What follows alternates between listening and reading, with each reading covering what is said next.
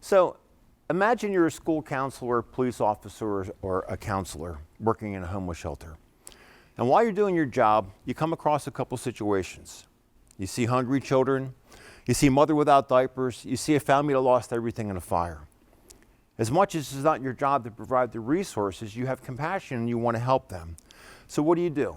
You refer them to a local agency, hope that they qualify, hope they're not too embarrassed to go, hope they can get an appointment within a very short period of time, or you take up a collection amongst your coworkers, you reach into your wallet, or worse, you watch them walk away in despair. There's a never-ending need for basic essentials in our community. But why? In North Texas alone, there's over 650,000 students who are considered economically disadvantaged. And if you count the families, that's very close to 2 million. Now these families, they have to make painful trade-offs every day. Do I feed my child or do I put a roof over their head? I mean, think about the mental anguish of knowing, am I going to make sure my child has a place to stay, or am I going to make sure my child has a healthy, full belly? The mental anguish alone, it will mess you up, but these mental anguishes can turn into physical disabilities, and it can cause a lot of issues. The professionals on the front line, these school counselors, police officers, and caseworkers, they see this need every single day. In fact, some of the case managers and counselors spend up to 150 hours a week trying to figure out, how do I find these resources? That's like 10% of their time. And then while they're doing that, they constantly go through the whole problem. The question is, why isn't there a better way to get resources to these people? So I started to talk with some of the school counselors, police officers, and case managers, and what I found was a passion and a desire to want to do something about it, but they were lacking resources. So I was thinking, wait, so you see this every single day, and all you're lacking are the resources that you need. Well, then I thought, well, what if I provided these resources? So I had an idea. I created a system that allowed the public to come in and donate clothing, food, and toiletries. We would sort them by style, size, and gender, put them through a quality check, inventory them, and put them on a shelf. And then I created an online system that allowed these frontline professionals to order exactly what they needed and turn around in a very short turnaround, sometimes 48 hours or less, and provided them exactly what they asked for. So picture a school counselor sitting at their desk talking with a child and ordering exactly the pair of pants that they need, or the shirt, or the underwear, or the socks.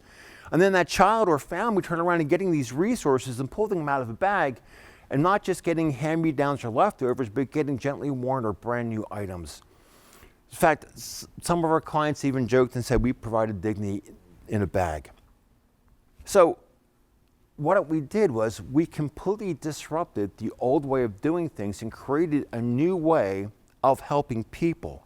These people on the front line, they've always seen this need, but they never had the resources, and so what we do is provide it to them.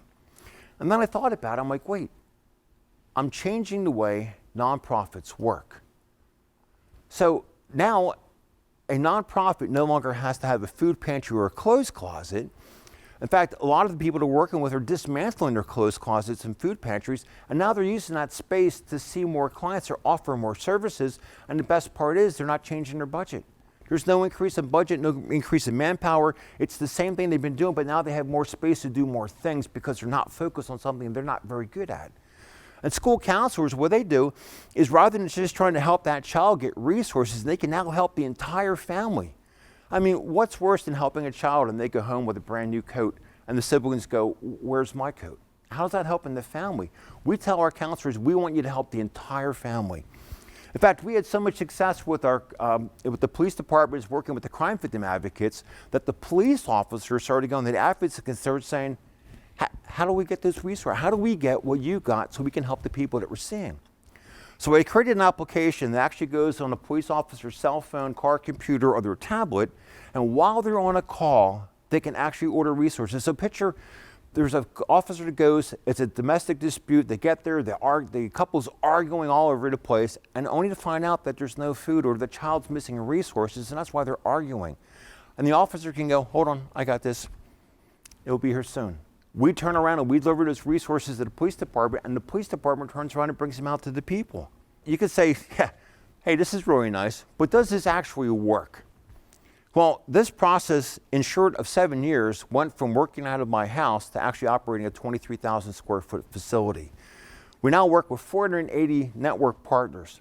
And some of these network partners have anywhere from 2 to 14 case managers. So look at the math. We're helping a couple hundred organizations who have a couple of thousands of case managers, which means we're reaching tens of thousands of people with a very simple process.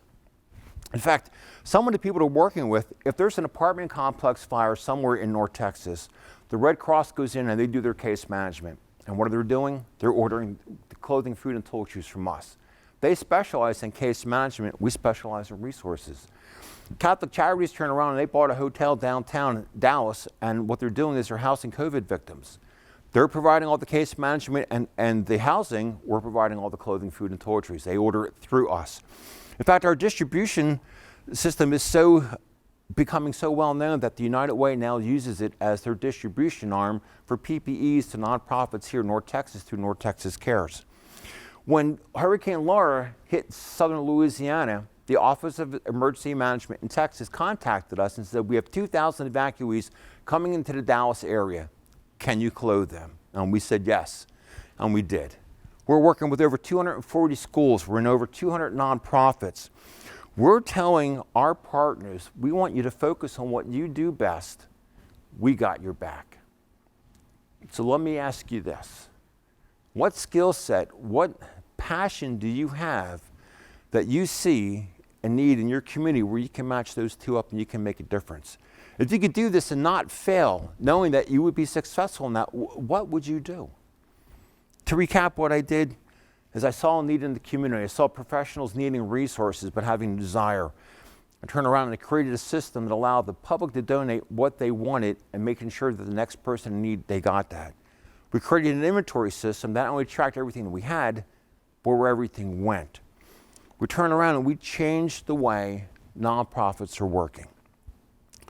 So I'm professionally and corporately trained in efficiencies. I took that skill set, I looked into my community, I saw a problem, and I addressed it the best that I could. What skill set do you have that would match up to a need that's in your community? Thank you.